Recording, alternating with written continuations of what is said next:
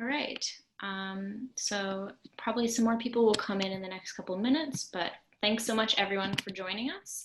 I'm Emily Fagan, and I'm the marketing coordinator for the BC Humanist Association. I'm just going to say a quick couple of words before turning it over to our speaker for tonight. So before we begin, I want to acknowledge that I live and work on the ancestral and unceded homelands of the Songhees, Esquimalt, and WSÁNEĆ peoples, whose historical relationships with the land continue to this day.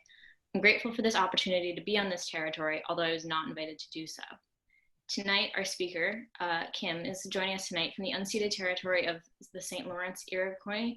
I'm very sorry for how I'm going to pronounce this. Anishinaabe, Huron, Wendat, and Algonquin people. A couple of quick housekeeping notes. Given the turnout tonight, I've muted everyone on Zoom to prevent any inadvertent interruptions. During the Q&A at the end of tonight's event, feel free to use the chat function or the raise hand function to ask questions, but obviously be respectful of one another and our speaker. We're recording this talk, and it will be released on our YouTube channel and podcast later if you know anyone who missed the live event. Tonight's talk is entitled Evidence in Action, How Governments Find and Use Science in Policy Making. The BCHA is a charitable organization and is able to do its work through the generosity of our members. We are currently in the midst of our summer fund drive, which is important for allowing us to fund more projects for the community, including a fall speaker series. If you enjoyed tonight's event and want to see more programming continue through the fall, consider making a donation at bchumanist.ca/summer 2020. Our next special virtual event, Conversion Therapy in Canada, a panel with Dr. Christopher Wells and Matt Ashcroft, is coming up on August 27th. Keep an eye on our newsletter and social media for more information on how to RSVP coming soon. Prior to her time at Evidence in Democracy, our speaker, Kimberly Gerling, received her PhD in neuroscience from the University of British Columbia. She's worked closely with the government policy through her time as a Canadian Science Policy Fellow and as a Science Policy Analyst in 2 departments of the federal government. Throughout her time as a scientist, Gerling has participated in several initiatives involving global and public health, harm reduction, and drug policy. So we'll be leaving some time at the end for questions, but for now, Kim, I'll let you take it away. Thanks so much for having me. It's really nice to be giving a talk back to BC, where I lived for most of my life, and I'm really happy to be here. I think the Humanist Association is really cool. Today we'll be talking about our work at Evidence for Democracy. So I'll give you a little bit of an introduction for me and then talk a bit about us, but I'm mostly going to be sharing some of our most recent research looking at how governments actually find and use science and evidence, and where those gaps are and what we can do as members of the public and those invested in science to sort of help get science into our policymaking processes. To tell you a little bit about me, I mean, Emily gave me an introduction, but I'm a scientist by training, but I've always been really interested in the intersection of science and policy. So during my PhD, I got really interested in drug policy and harm reduction, and I wanted to kind of connect that up to policymaking. So I actually came to Ottawa, where I live now, through a fellowship called the Canadian Science Policy Fellowship that matches up PhD scientists with departments in the federal government. And we work on sort of high-level science policy issues. I worked in the government for a couple of years, and then for the last 2 years, I've been working with Evidence for Democracy. So many of you might not know who we are. So to tell you a little bit about who we are, I'm the interim executive director. We are a nonprofit that's based here in Ottawa, and our mandate is to promote the transparent use of evidence in government decision-making. And we do this through kind of a number of different kinds of initiatives. So we do issue-based campaigns. So we help sort of advocate for the use of science and evidence. So some of the issues we worked on include things like promoting the science advice in government. We worked on issues around climate science and climate change. We've worked on things like reinstating the long-form census, scientific integrity policies in the government. So we do government relations, and we sort of advocate for the use of science in government. We also do training and education for members of the public, as well as scientists and experts who are interested in bridging the gap between science and evidence in labs and in universities and our policymakers. And then we also do original research to help us better understand how evidence-based policy works and how we can do better. So we have a wide range of work that we do, and although we are based in Ottawa, we are a Canada-wide organization. So, oops. So why should we care about evidence-informed policy? Like, why do we do what we do? So science and evidence obviously have a huge impact in a whole lot of aspects of our life. Helps inform, better policies, helps us make better decisions about things like, the environment, helps us develop new technologies and new solutions to big challenges, helps instill trust in our institutions. And obviously with COVID-19, it's been more obvious now than ever how important it is that we have strong relationships between those who are creating science, evidence creators, and actually getting science and evidence into the hands of our decision makers and the public. And I think when a lot of us think about science policy, we think of it as this kind of linear process, like I've outlined here, where scientists and evidence creators create science, then they feed that to decision makers through science communication or through publishing in peer-reviewed journals, and then those decision makers use that science in order to make their policies. And as long as we have strong scientists and strong publications, then we're going to have strong policy. But in reality, that's not the case. And actually, evidence-based decision-making is a lot more complicated than that.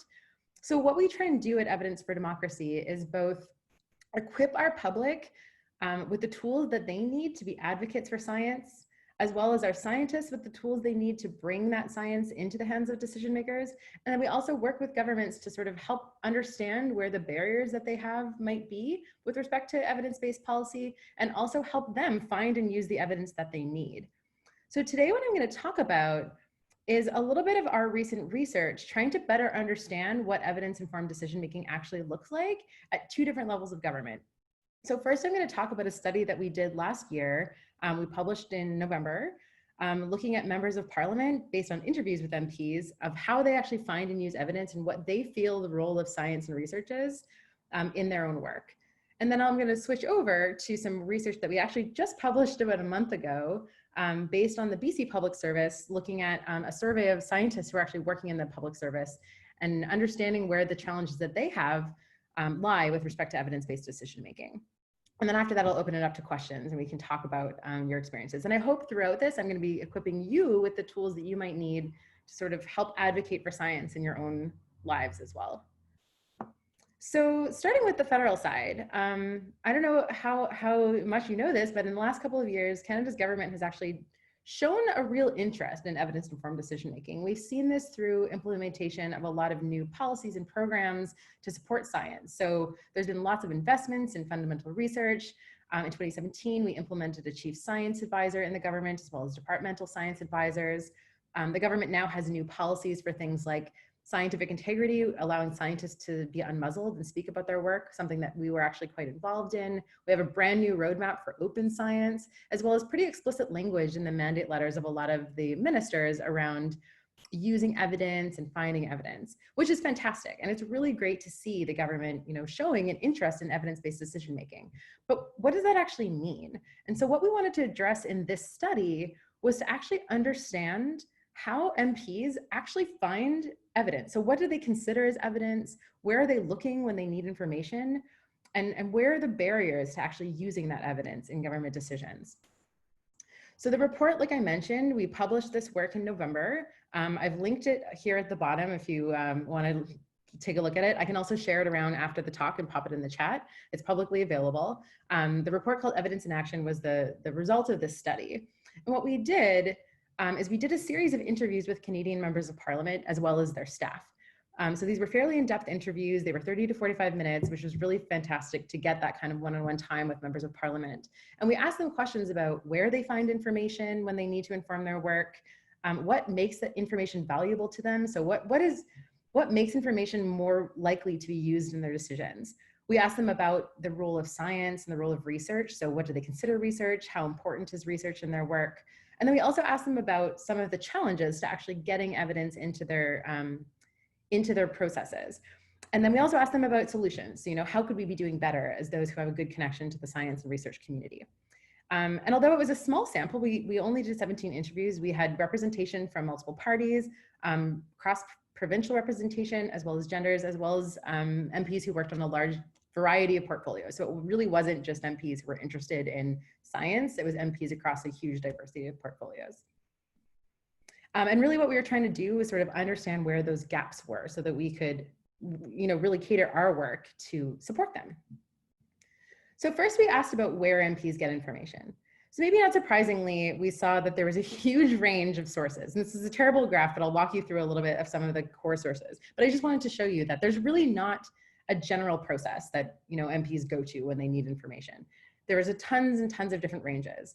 By far, the most common was we saw that MPs really like the Library of Parliament, which is something that I didn't actually know a lot about before I went into the work, but the Library of Parliament is a service that's provided to members of Parliament to give them access to information that they might request. So sometimes this can be a really in-depth analysis on a particular topic. Sometimes it's a set of sources that helps them inform their work. Sometimes it's actually just a really brief summary, but it also can provide them with context. So what is the policy context? They can ask really specific questions and get really specific answers, as well as the library is mandated to be completely nonpartisan and to show their sources. So it's maybe not surprising that MPs really preferred this. 94% of the MPs we talked to said, I really like the library for information. Beyond that, there was a huge variety of sources. So a lot of MPs said, well, I like to go to the news for information. A lot of them said, well, I rely on places like the government. So I might call up another, a department. So someone from Fisheries and Oceans. I might look at a government report, something like an Auditor General report, or a formal panel that the government put together and access that. External organizations were really common. 88% of MPs said that they might get information from lobby groups, that they might get information from nonprofits or from industry. So maybe not surprising. 66% said sometimes I just need to Google stuff. So it really shows you that MPs are getting their information from a huge range of sources. There's no sort of common thread. A lot of them also said they really preferred to talk directly to people. So either that meant I heard from a constituent, they came to my office and they said, I really, care about this thing. Their peers, as well as, actually contacting trusted experts to help them gather information as well.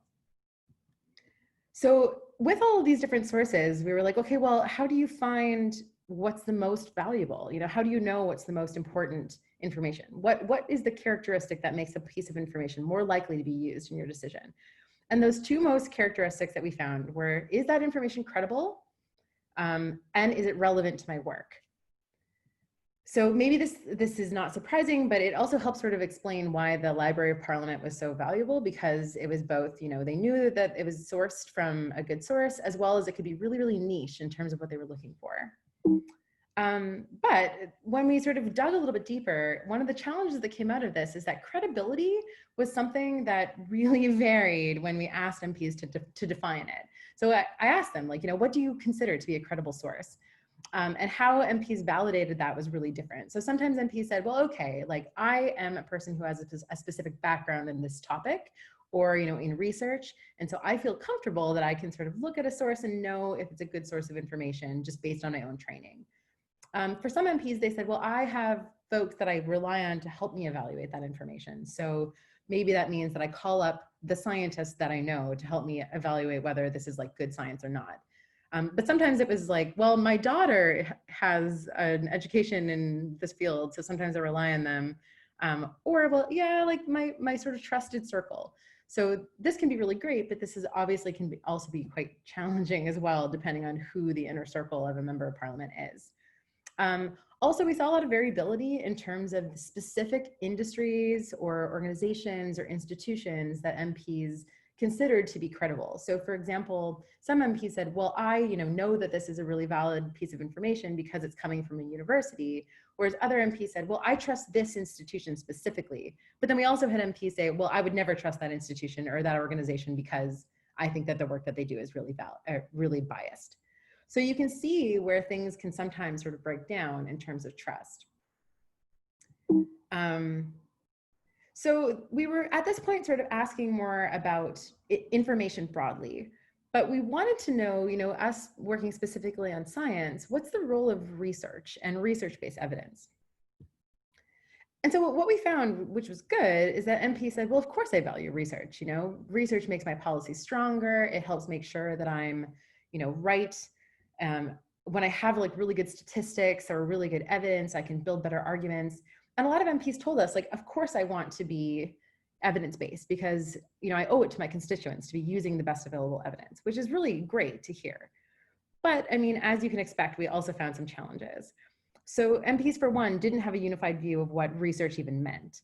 So for some MPs, they said, well, I think that it's research if it comes from a source that I trust. So, if it's coming from the news, I know that it's probably well researched. Some MPs said, well, I only consider it research if it's coming from a research institution like a laboratory. It's only research if it's like hard science. A lot of MPs talked about research being in the parliamentary committees. So, well, if I have, a committee where we're working on a particular bill, we're doing a lot of research. So I would say that that's evidence-based decision-making, or the library parliament or something else. So again, we're sort of getting this real variety in terms of what members of parliament even consider to be evidence in terms of their decision-making. And the problem, so we really dug into what MPs considered to be barriers to evidence-based policies. So even though MPs said, well, of course I want to use the best available evidence, when we asked them to describe some of the challenges, a lot of them said, well, there's actually a lot of challenges that I find when I need to sort of get that evidence into my policymaking. So some of those were relating to just the challenge of the MP's job. So almost every MP we talked to said, I'm just overloaded with information. Like the amount of information that comes across my desk from, bills I need to read, to emails from my constituents, to reports that I'm working on, to stuff that like my team needs me to review. I just don't have the time to read and review everything. So how am I supposed to, figure out whether this is like good science or do a bunch of research if I don't even have the time to like read a whole report? A lot of them also said, well, I don't even know, like, I can't be an expert in everything. So how am I supposed to know if this is the best available evidence or if it's not? Relating to that, a lot of MPs said, well, I would love, of course, to talk to an expert. So we actually heard from a lot of MPs that they preferred to sort of speak directly to someone who could help them validate information. But a lot of them said, but I don't even know where to go to find them. So while some MPs said, oh, I have a really good relationship. So some MPs in constituencies that have a lot of universities or people who come from an academic background said, oh yeah, well, I know how to find those experts. Not a lot of them do. So a lot of them said, well, I don't even know, like it's in that time challenge, like policies sometimes need to be made really quickly or they need to go to the House really quickly. How do I even find that expert? So that was another challenge that came up as well. A lot of MPs said, 60% of MPs we talked to said, I sometimes don't know if a piece of information has bias or spin. So it's part of the reason that they said, well, I really like going to the Library of Parliament because I know that they're mandated to provide me with information that is totally unbiased and totally nonpartisan. Where a lot of MPs said, well, most of the information that comes across my desk is going to be spun in a way to try and influence my thinking. Because that's what, that's what it's like to be a member of Parliament. People are trying to get you to give them money. They're trying to get you to make decisions that benefit their groups. So a lot of them said, well, I don't know what to trust. Like, how am I supposed to know what to trust when a lot of the information that comes across my desk is biased? So again, this is why the Library of Parliament was considered to be such a valuable resource because it was unfunded information that's privy only to the member. So although a lot of MPs said, well, I love, talking to industry groups, I don't necessarily know that they're unbiased.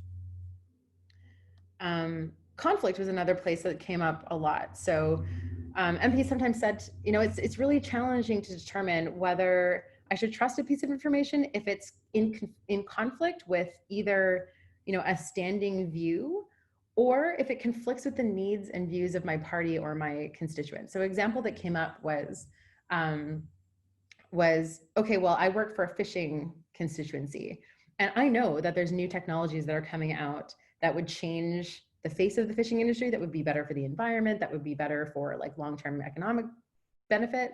But my voters are fishermen. And so how am I supposed to make this decision when I know that it's going to impact my ability to get voted in? So that conflict was really challenging. Same way that, if a scientific finding came out that's in direct conflict with what the science has been saying, some MPs said, well, how am I supposed to make a decision on this? How do I even know if this is good science?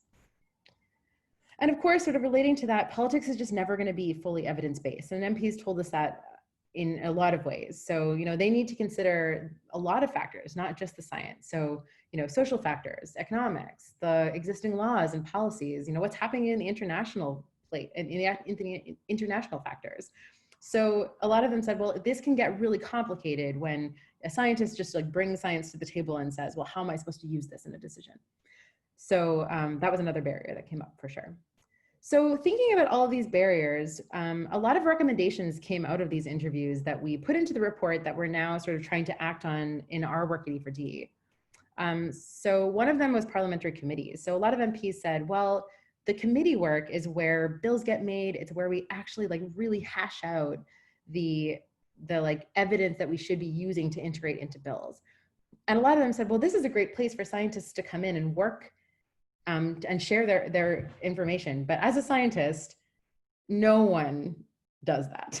There's a very small number of scientists and experts who actually go to parliamentary hearings, whereas a lot of people would never even think about that. So that's something that we're actually trying to work on now at E4D, is to like equip scientists with the skills they need to act as a witness on parliamentary committees. We also found that MPs just sort of said, like, part of the problem is that scientists are just really not on the Hill. You know, lobby groups, people who have that sort of political influence, it's not, in Canada, there's laws that bar lobby groups from spending a ton of money, but part of it is that they're just on the Hill. So a lot of MPs said, you know, experts and people who are invested in science need to get out there and meet with their constituents.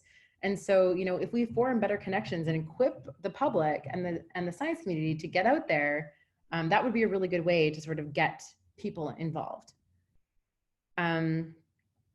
We also have been working to sort of train members of parliament. So we're working actually with the Library of Parliament. We're working with the Carleton training program for members of parliament to give them the skills to be able to find evidence and appraise evidence, because a lot of MPs said that they just didn't have the skills.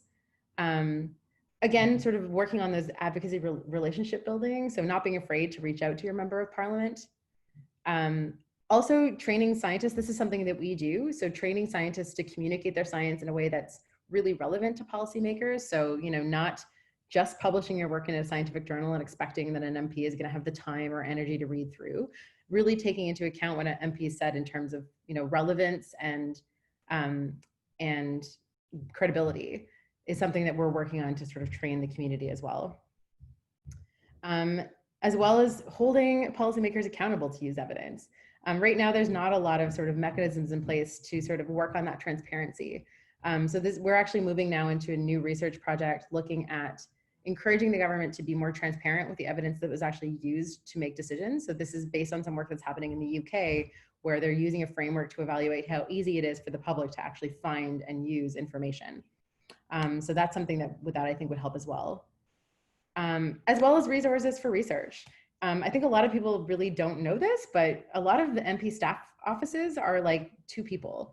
And sometimes that staffer is, you know, just out of university and is already totally overloaded. So we've been sort of advocating for more research capacity in MP offices as well. So this was a really like interesting study. I feel like we learned a lot from it. We're now using it to really inform our work at Evidence for Democracy, to help with our training program, to help our community know how to advocate better for science, and really to sort of demystify the process of evidence-based policy at the level of federal government. But I mean, federal government's not the only government. And so we also wanted to know a little bit about science at the provincial level. So recently, just about a month ago, we published another report looking at how well we're doing in the BC government with respect to science integrity. And this is a follow-up of some work that we've done over the past couple of years, but I thought, especially because I'm talking to you in BC, I thought I would bring it to the table because we actually have an active campaign of ways that you can get involved. So I'll share some of that too. So this is the report that we just put out. So it came out again, like about a month ago. I'll also share it with everyone if you're interested in taking a look. But this report was looking not at the decision makers, but actually at the public servants who are the ones creating evidence. So public sector science is super, super important for evidence-based policy as well. You know, I don't know how many of you know a lot about public sector science and the scientists who work in the government, but scientists in government do a whole bunch of different jobs. Everything from, you know, in BC, from geology to agronomy to environmental science to, you know, health sciences and veterinarians. But they have a huge role to play in terms of safeguarding our natural resources, public health, supporting the economy. And they work in a huge variety of disciplines. And in order to, you know, support a strong culture of evidence-based decision-making, it's not just about having strong mechanisms for evidence-based decision-making to sort of find evidence outside of the public service, but we also need strong mechanisms so that the people who are working on science in the government can actually get their expertise into the hands of decision-makers, as well as communicate that work to the public. So when I talk about scientific integrity, what I mean is that there's sort of like a number of pillars that we use when we talk about science integrity.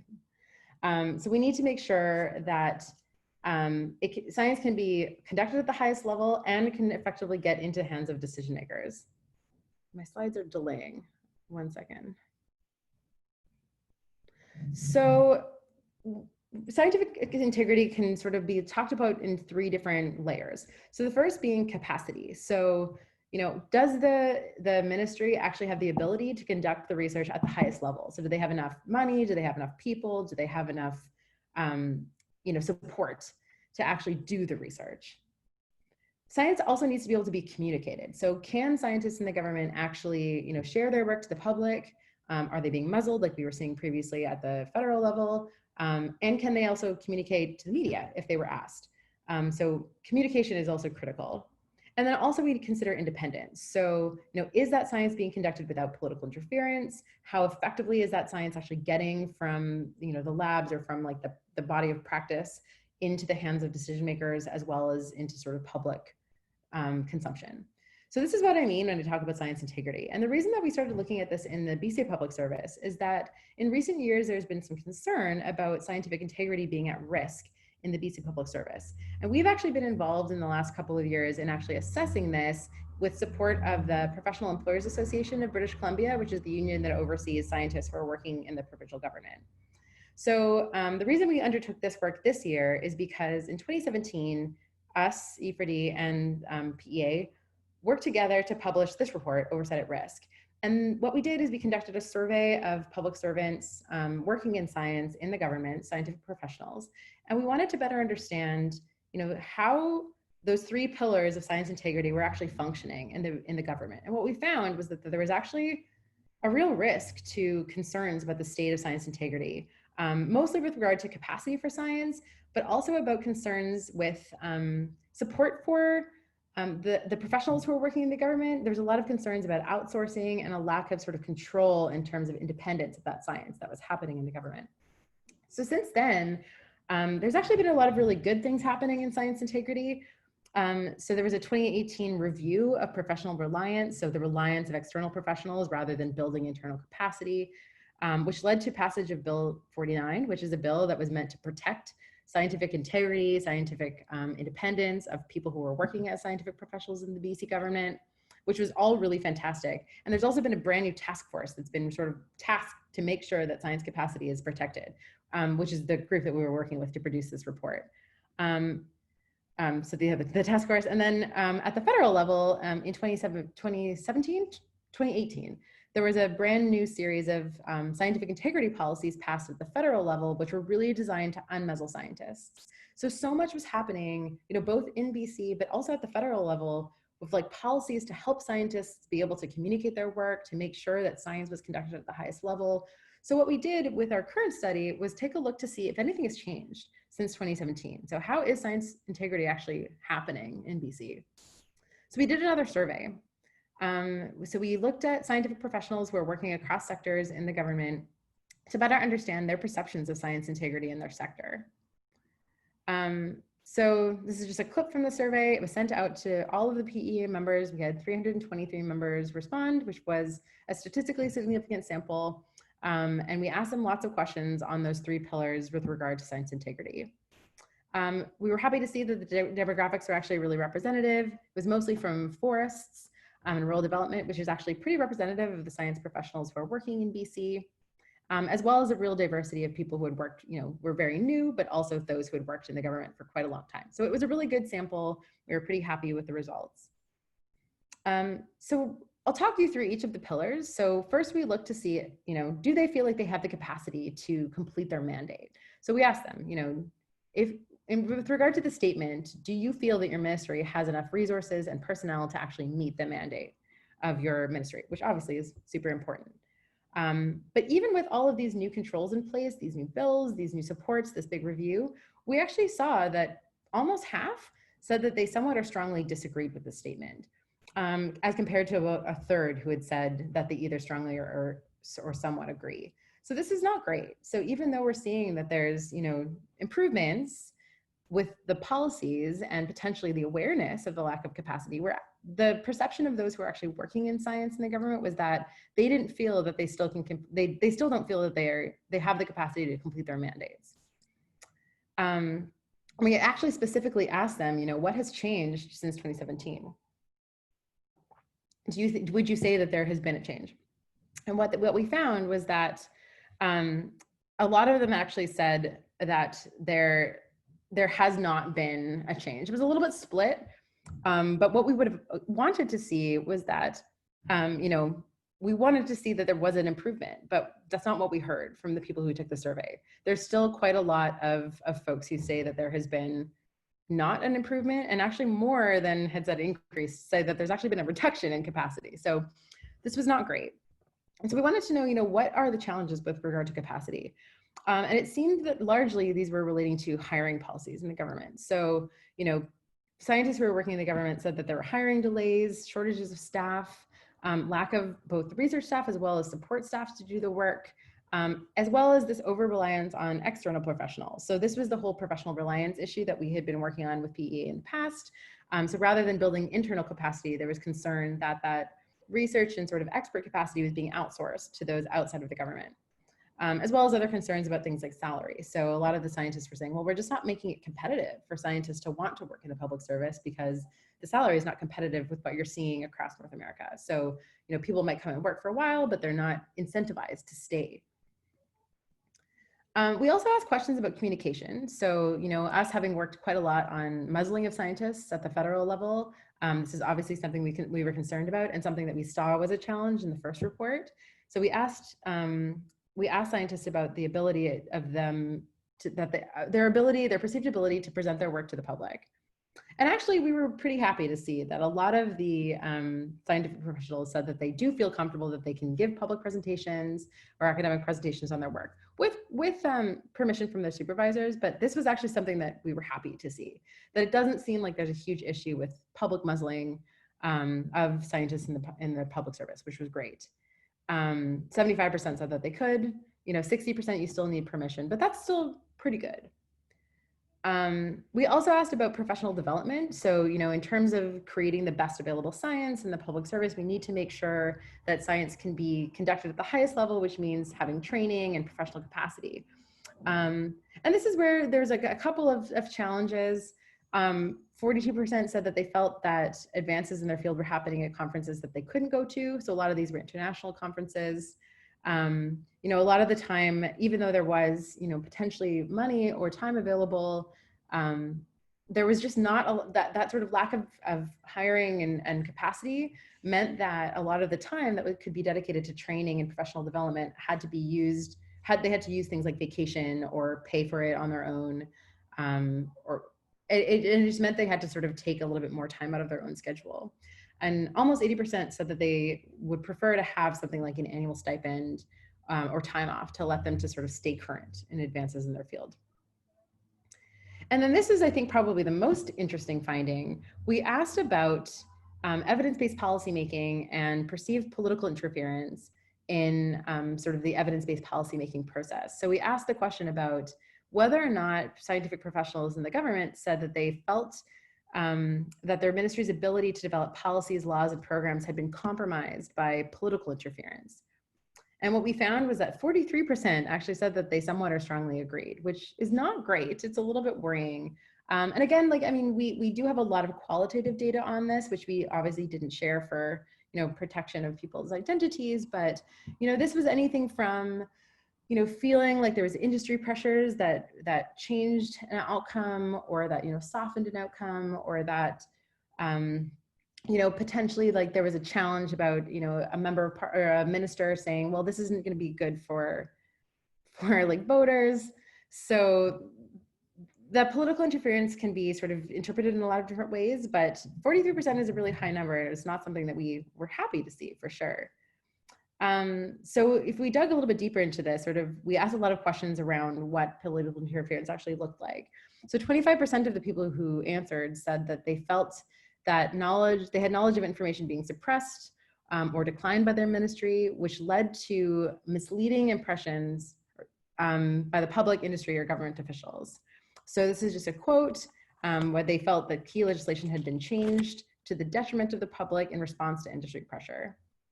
38% of the people that we talked to also said that they felt like they couldn't share their concerns with the media or the public. So we asked specifically about whether they felt like a policy was potentially going to be detrimental to the public. But 38% said, well, I don't feel comfortable talking about that because I'm fearful about retribution or censure, which is also not great. So even though there is, nice policies in place for communication of science to the public, there was this fear of sort of whistleblowing or retribution. This was more a question because we were partnering with the PEA, but 50% agreed versus 17% disagreeing that being a part of this union did allow them to speak more freely. So that speaks to the power of things like a task force and a union.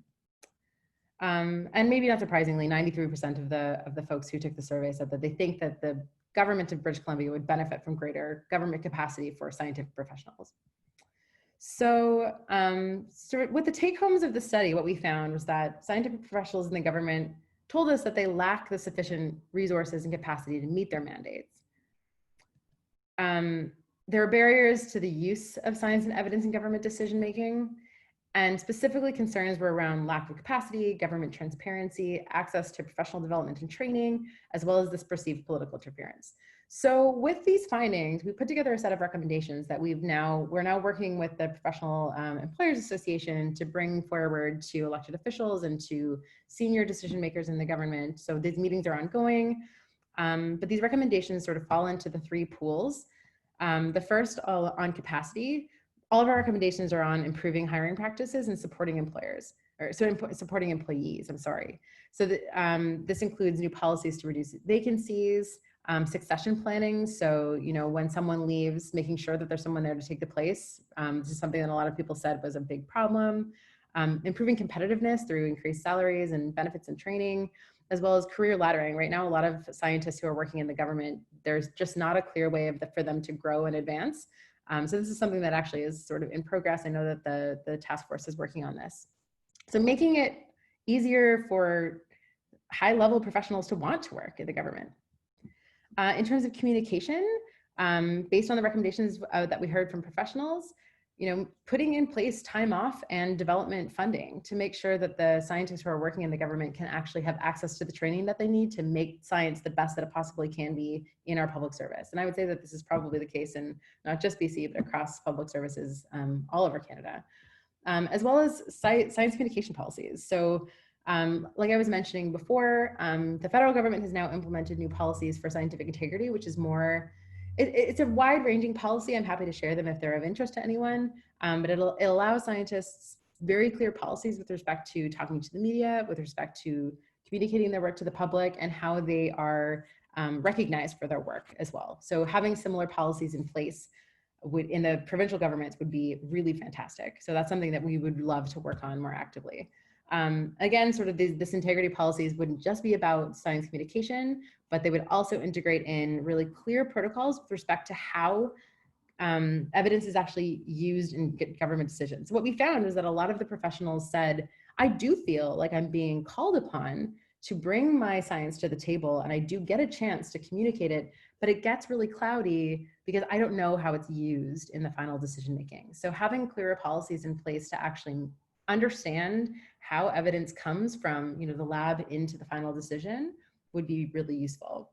And then also sort of based upon ongoing recommendations, clearer policies with respect to oversight of external professionals to make sure that the use of those external professionals isn't compromising the ability of science to be conducted at a high level and used in government decisions. So these were our recommendations. So like I said, we're working now with the Professional Employers Association to support them in their government relations. They have a lot of meetings upcoming with elected officials. This has been ongoing for a while now. But then we also have a lot of tools that you as members of the public, if this is something that you're interested in, can also do to get involved. So obviously in light of COVID-19, especially in BC, where things are changing really rapidly, it's obvious that we need very clear mechanisms in place to make sure that science can get into our decision making, not just now, but into the future as well. And we do need to continue to make sure that science is supported and prioritized. And so as members of the public, we can help connect these results to our elected officials. So we've created a tool to help you do this. I'm actually not going to go through the demonstration because I'm not sure if it will work through here, but I'm happy to share this with you after the talk if it's of interest. So on our website where we have posted this report, we also have a tool where you can actually sort of click, put in your name, put in your postal code, and you can write to your local MP to relay the results of this report and also stress the importance of having strong public sector science and evidence-informed policy. So the form actually includes a sort of pre-filled letter. If it's, you know, something that you don't feel comfortable writing yourself, we've written it for you. You can just put in your name and postal code and it'll send the letter to your MLA, but you can also change it if it's something that you want to modify or sort of stress in a different way. So I'm happy to share that tool with you after my chat as well. And then we also have, also on the same campaign page, there's also a series of social media graphics that you can use if you're a user of social media to share some of the results and findings, as well as some of the sort of key recommendations as well. And then more broadly, so we also, like I mentioned, we do this research, we develop campaigns, we work with government, but we also have a whole suite of training tools on our website. In our training section of the website, everything from webinars. So all of these on the left are webinars that we've done in the past little while. So we did a webinar on the findings of this report, but we also did a webinar on our election campaign, on combating misinformation, on how to submit feedback to federal budget processes, how to write briefing notes. So anything from, you know, understanding policy to understanding how to communicate to decision makers. We also have a number of like downloadable toolkits. So these are all webinars, but we have tons of PDFs and resources. So this is just an example of one on how to connect with your political representatives, how to find them, how to set up a meeting. Then we also have a lot of campaigns. So for example, we've been doing a lot of work on combating misinformation recently. So this is our Truth Pledge campaign, which you can sign on to sort of committing to doing your part to reducing the spread of misinformation, which also gives you access to our toolkits and training on misinformation. And then to give you a little bit of a teaser, we have an upcoming campaign that we'll be launching in just a couple of weeks on promoting support for science advice in the government through new funding and new mandate for the Chief Science Advisor, as well as some upcoming research on misinformation. So if you're interested in learning more about how to take part, you can access all of these tools for free on our website. And we're also totally happy to help support anyone who has individual issues or, you know, things that they want to do to sort of take part in their own circles as well. So I'll leave it at that. It's a lot of information, but I'm happy to take questions, whether that's about the work that we did or sort of about E4D generally or science policy generally. I'll leave it open to you guys. All right, thank you so much, Kim. That was really great. So as you said, we have a couple of minutes for questions here. So I'll be keeping a speakers list. So just raise your hand with the little raise hand button or comment something in the chat. And I will kind of moderate whose question is next. And out of respect for everyone who is watching and wanting to ask questions, please keep your questions succinct and under a minute, after which, unfortunately, I would have to cut you off. All right, who has questions?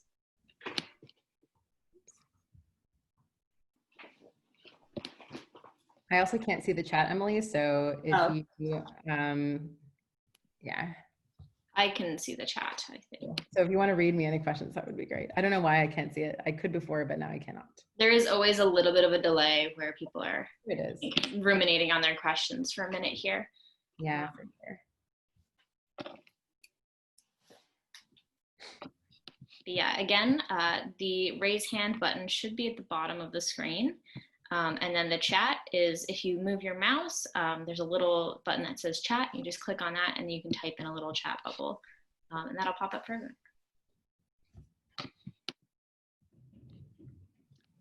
Okay.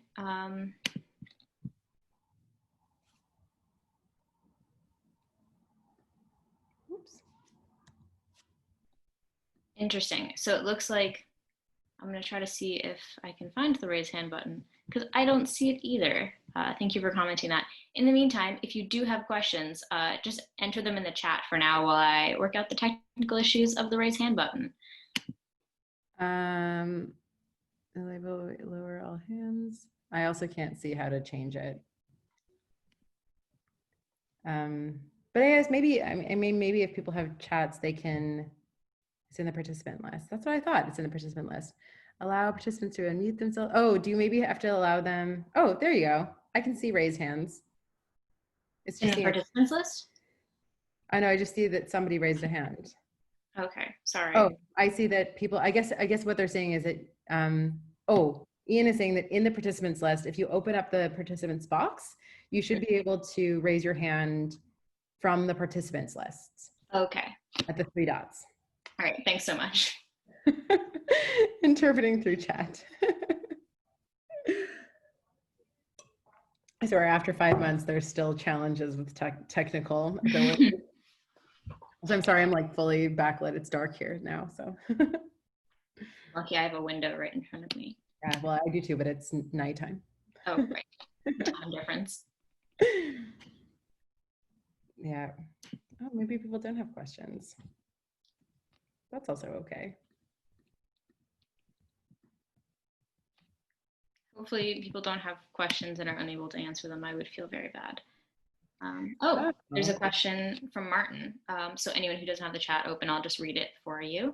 So how often do politicians, not government employees, ask staff to go out and get good evidence-based knowledge on something that they may or may not have already have policy on? It's a good question. And I mean, I think that that is something that would really vary from person to person. So, you know, based on our talks with MPs, there were some of the MPs that we talked to who were really, really dedicated to finding, you know, science and research. So one of the MPs, I'm sort of thinking about one of them in particular, said, you know, it really matters to me that I have the best available evidence, and I'm going to task my team to go out and actually find that. And it meant that they felt pretty comfortable, you know, calling up researchers or going and meeting individuals. We had other MPs, one of the MPs said that they were working on housing issues and they felt like there was a gap in evidence relating to what they wanted to answer in their work. And they actually partnered with the university in the area to find evidence. But again, I think that this is probably more of an exception than the rule. Whereas I think that the challenge that a lot of MPs told us was that, you know, they're already receiving so much information that going out and seeking new information is a lot less sort of desirable. So this is another example of where I think that it's really important that if you're worried about lack of evidence on a particular topic, don't just assume that an elected official is going to go find that information, because their capacity is so limited that sometimes you need to like put it in front of them. Kind of going off of that question, we have another one. How has COVID affected the use of evidence in policy? Super good question, and something I've been thinking about a lot. I would say that I've been pleasantly surprised overall in Canada, that I think that Canada has made it clear from the beginning that they want to make it clear to the public that they're making their decisions based on evidence. We've seen this through, you know, some really cool steps that the government has taken. So I think that, for example, like in British Columbia, having Bonnie Henry, a public health official, someone who has expertise in the topic, being the voice of the government, so to help sort of show that these decisions are being made using the best available evidence. I mean, at the federal level, we've heard Trudeau say many, many times, you know, we're using the best available science. There's been new investments in science and research, which is fantastic. The chief science advisor has also taken some really cool steps. Her office has really stepped up to the plate. She put together an immunity task force to sort of understand serological testing across Canada, as well as assembling expert panels across Canada, and like really cool things that I think in any other time would have been like impossible to try and push for. So something that we've been working on a lot has been pushing for open science and better collaboration on science. And there's this very cool new platform that the chief science advisor and the departmental science advisors in Canada put together called Can COVID, which is a Slack channel, which is like a digital tool that scientists can actually communicate on and share protocols, share research, share ideas. So it's really cool. Like, I feel like it's pushed forward protocols for evidence-based policy that have been really hard to push for in the past. That said, I mean, I worry that that won't necessarily continue once things go back to normal. But I think that it's a really good way for advocacy groups like ours and the public to say, look, we've seen you raise the voices of scientific experts and connect with the scientific community in really effective ways. Let's keep that motivation going. And I think it's also sort of helpful and horrible to have a very clear example in the States of what happens when you don't follow the advice of experts. So I think it's putting the pressure on our governments, which is good. Yeah, definitely. So I did see someone's hand go up temporarily and then it went back down again. So just to like eliminate the whole raised hand fiasco, maybe just type hand in the chat if you want to like speak your question, and then I can unmute you and also puts you on the list. So our next question is from Ellen, and she asks, as a constituent who believes in participatory democracy, I contact my political representatives regularly. I would also like to give them scientific information to back up my communication. Am I correct in thinking that they would benefit from my sending them links to scientific sources? Absolutely. So one of the things we heard from MPs is that they want people to connect with them when they need to use science. So a lot of them said, except for one, which was a weird exception, all of them said, I want more people like bringing science to me because it's hard for me to like sort of get through that. But another thing that they said was, I really like knowing the sources of information. So I think that it's really important to actually show where information is coming from. So it's one thing, which is fantastic, to be reaching out to your political representatives. And I think it's something that more of us need to do. And remember that our political elected officials are there to represent us and listen to us. But I also think that it's important that when you're bringing things to the table, definitely send them links to scientific sources. A lot of MPs said, I didn't even know about this until it came across my desk and someone brought it to the table. And it's also important not only because you're bringing them information that they might, really benefit from, you're showing it where it came from, but you're also, creating an ongoing relationship. And if you're bringing them stuff that they trust, that relationship is really important. So yes, I definitely would say that sending them links. But I would also sort of preface that by saying, if you can summarize that in a way, so for example, like showing them the link, a lot of MPs said, I'll follow that link, but also like summarizing it into a point form of saying like, hey, this is what I'm sending you, this is why you should care about it, is also important to make sure that it doesn't just get passed off. And we have a lot of tools on that, sort of communicating to policymakers if you're interested in learning more. All right, our next question is, how do you feel the government's ability to adequately refute misguided science notions among the public? Oh, that's a hard question and something that we think about a lot.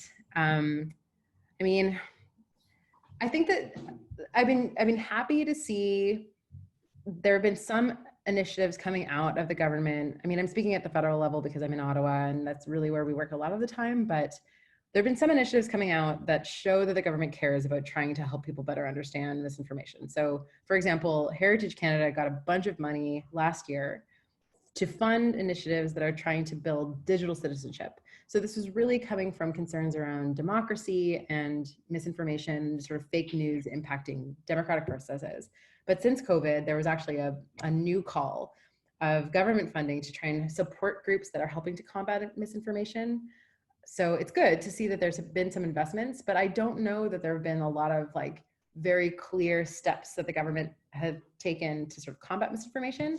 However, I do think that at the provincial levels and municipal levels, I've seen governments do really cool stuff. So Ottawa Provincial Health has been super awesome. And so I know that Bonnie Henry has also done super great like comms to the public to sort of help myth bust around COVID-19, for example. But the problem is really in trust, right? So one of the challenges that we encounter, so we've been doing a lot of work around misinformation and development of tools for our community on how to recognize and respond to misinformation. But a lot of the problems around misinformation, especially now, are that people feel that they don't trust the government. And so if it's the government who's saying, hey, no, this is actually not good information, then that can be problematic. But I do think that there could be more. Like, I think that our elected officials need to like take an action in like promoting the best available science. And it's great to see people like Bonnie Henry and like our Teresa Tam and our experts who are really taking an active role in providing tools. I also was having a conversation with someone just today actually about how this has been such a great example for those of us who work in science policy and science communication to really get scientists involved in showing the public that, science is an iterative process. So just because, science at the beginning of the pandemic said, oh, we probably don't need masks, or the virus is transmitted this way. Now we know different things. at first we've got a lot of feedback from our community saying, well, how am I supposed to trust these sources, or how am I supposed to trust scientists if they're telling me one thing and then telling me a different thing later? But it's a really good opportunity for the science community to get involved and to take action, saying, you know, just because something was right here doesn't mean that it's going to be right here, because science is iterative, because it's always about updating our information, which is a really important part of fighting back against misinformation. Mm-hmm. Yeah, absolutely.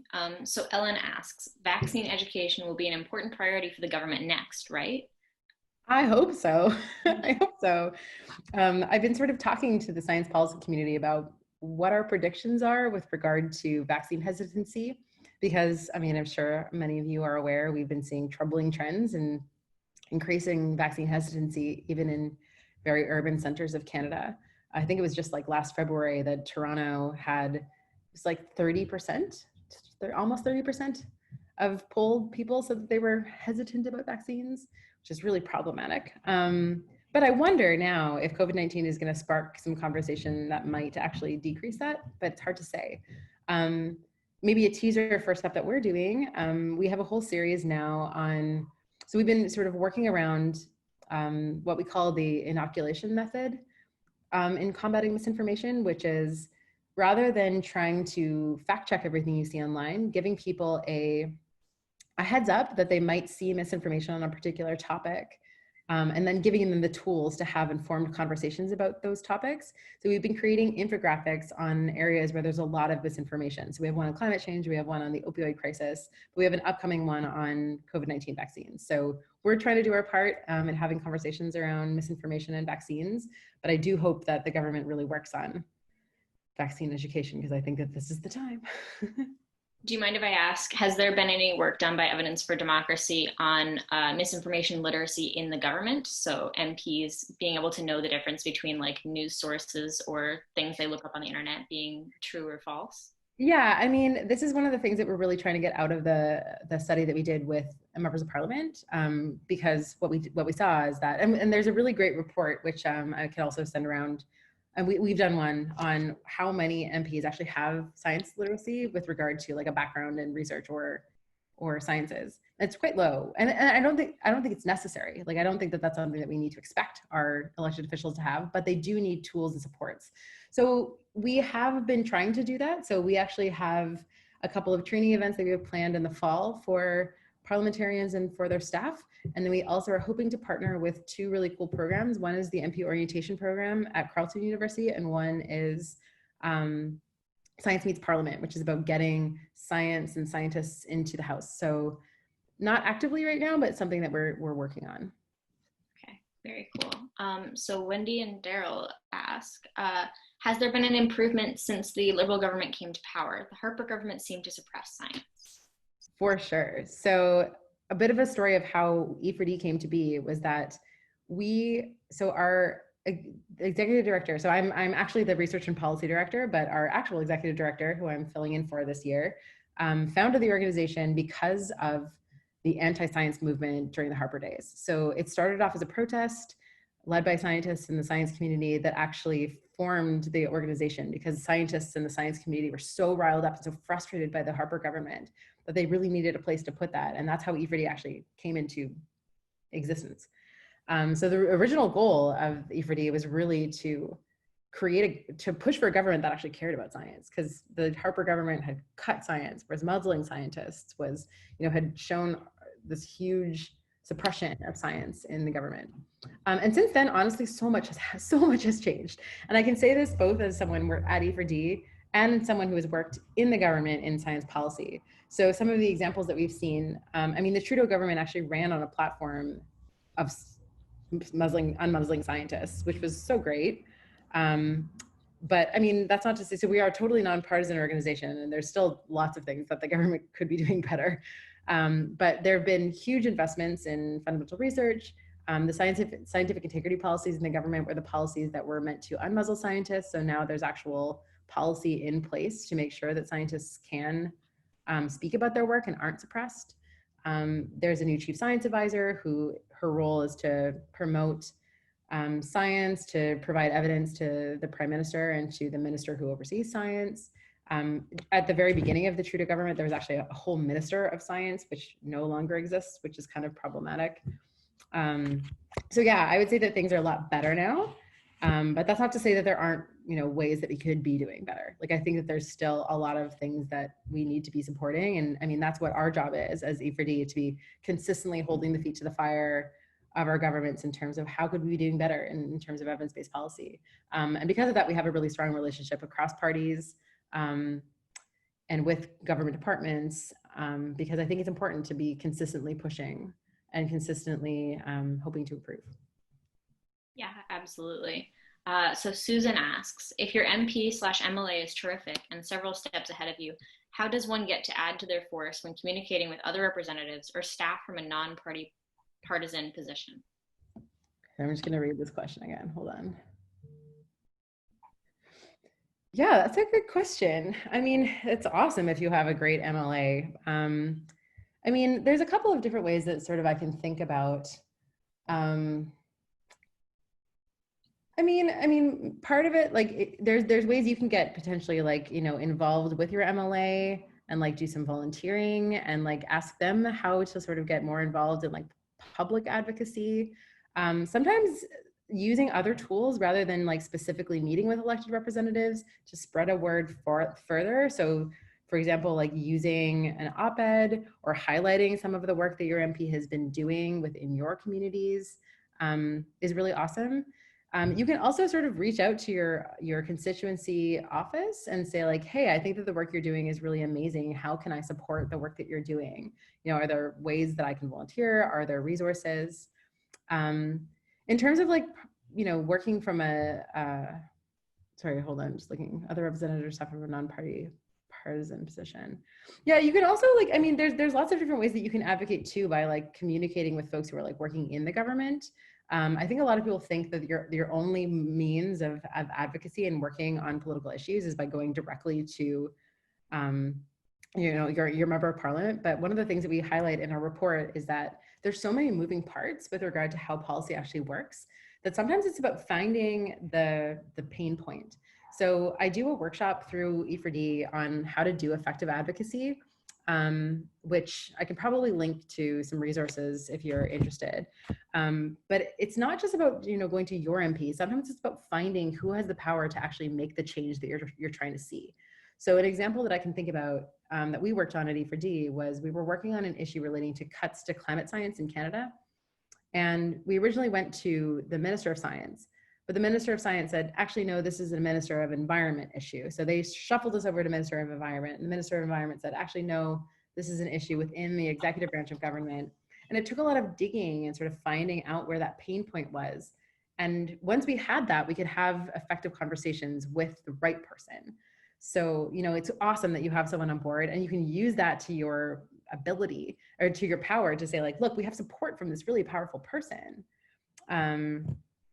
So sometimes it's just about finding where that pain point is and really use those connections to your advantage, which is what we did in that case. Like we found that the Prime Minister's office, so Gerald Butts was actually really in support of this work, same with a couple of MPs. So we were able to show like, look, these powerful people are invested in this. Like, why aren't you? Yeah. And then a follow-up question to that asked by Ola is, what if your MP/MLA does not think science matters? What can you do? Yeah, this happens all the time. So sometimes it's not that they don't think that science matters. Sometimes it's that, a particular issue is really challenging. So what I would recommend is, so find out about who they are. So, what issues do they care about? What is their position? Why is it that they're suppressing science? So if we look back at Harper, the major issue about science suppression was because, the environmental scientists were saying, we can't be investing in the oil fields, but that wasn't really economically beneficial. And so that was a real problem. And that was where a disconnect was. So sometimes it's about learning why there's a challenge and where that barrier is and communicating your needs in a way that appeals to that decision maker. So, understanding what they're trying to achieve and trying to fit your asks into the context of something that they're going to care about. So that can be a really effective way. Sometimes it's about, finding out what might be threatening to them, which it sounds wrong when I say it that way. But so for example, you know, saying, hey, look, like this is a really powerful body of voters, these scientists who all really care about this thing, and like you aren't showing support for this thing. And so if you don't show support for this scientific evidence, you might lose this body of voters. That can be really powerful as well. So actually framing it in the context of like, if you don't care about this, this is what could happen. Sometimes you're just not going to get them to care about a particular issue. So I always consider that this is like the inside approach. So if you're trying to bring something to the table, you know, going to the inside scoop to say like, hey, you should care about the science issue. I'm going to give you a chance to think about it and maybe take an action before I make this a big stink in the public, can be really powerful. But sometimes you're just not going to get feedback. So another thing that you can do is be more public about it and be like, hey, look, my MLA isn't caring about the science, and like this is a big deal. Get more people behind you, and then once you have more people behind you, you can use that power to say, look at all these people who are behind you who are going to potentially not vote for you. That can be really powerful. So I think it's also important to remember that like this kind of advocacy can take time, and you know, don't be discouraged if you don't get support for things that you're pushing with regard to science. And sometimes it takes years, and sometimes you need to enlist the support of people who are like working in the space like us. But yeah, so I would say start on their level, try and get on their level, try and communicate in a way that they care about. And if they don't care, then you can try other approaches. I think that's a really important way of going about it. What would you say is the like best way of communicating with a constituency office? Because I know a lot of the time, if you send a letter that is like written as like a group form letter, maybe it won't always reach most effectively. Yeah, don't be afraid to like use multiple forums. I always feel like I did at first feel really silly. Like if I was trying to get in touch with an elected official, being like, okay, I'm going to send a letter, I'm going to send an email, and then I'm going to phone to follow up a couple of days later. It feels insane, but you have to remember that a lot of the time these offices just get so much information. And it's been multiple times that I've like sent, so even thinking about the invitations that I had sent to MPs to participate in the interviews, I sent a letter, like an actual physical letter, then I sent an email. And then 2 days later I phoned and said, hey, I just want to let you know I sent you a letter. I was wondering if you received it. And sometimes they were like, oh yeah, for sure. I'll, you know, follow up with me later. And then don't be afraid to phone again. Because most of the time it's because it like just completely didn't happen. So if you're trying to like set up a meeting, that's what I would recommend. I would say phone is probably like the best way because you're most likely to reach a human being, and they can sort of direct you into what's happening. And sometimes it's like, you know, you sent an email at the wrong time. So paying attention to stuff like, you know, is the House, if it's an MP, or like even, you know, the provincial governments, like, are they in session? Is there something big happening that might mean that things sort of fall off the radar? But phoning the office can be a really good tool to be like, hey, what would be a good time that I could sort of chat about this? Is there time for me to set up a meeting? You know, where can I find information? Yeah. Yeah, absolutely. So I think we have time for one or two more questions. We don't have any new questions right now in the chat. I'll give it another minute or two because I know it takes some time to type them out. But yeah, is there anything else you felt it was important to mention today, Kim? You know, kind of on the topic of all of this? I mean, I think that this is a really important time for us to be emphasizing how important evidence-based decision-making is. And I mean, we have been fighting this fight for a long time, but I think it's so obvious now how important it is that we support science and that we have governments that care about science and can find it and use it effectively. So I think that if it's something that you care about, this is a really good time to do that kind of advocacy because there's just such a clear example of why it matters. And so, yeah, like, I think that would be my, my sort of take home. And also, like, I mean, regardless of whether it's science or it's something that you care about, I always encourage people to not be nervous about voicing your concerns with your elected officials. Because I think that people forget that we elect them so that they can represent us. And every MP I talked to said, I love talking to my constituents and I love knowing what they care about. So, you know, don't be afraid to do that and to make those relationships because relationships really matter. Yeah, I think that's a very good point. So seeing no further questions, thank you so much for joining us today and presenting like such an important issue. And thank you to everyone who joined us to watch. and for asking such great questions. I assume, Kim, for all the resources that you talked about, would you be able to like maybe post them on Facebook? Yeah. Maybe like we shared the event page, so maybe like on there. Sure. But yeah, so yeah, thank you everyone for joining us tonight. Thanks so much for having me too. Yeah, of course. And we'll hopefully see you at our next event 2 weeks from now. Yeah, for sure. I wish I could come and visit, but until COVID. Yeah, we're all locked in here, but till then, stay safe and healthy, people. All right. Bye.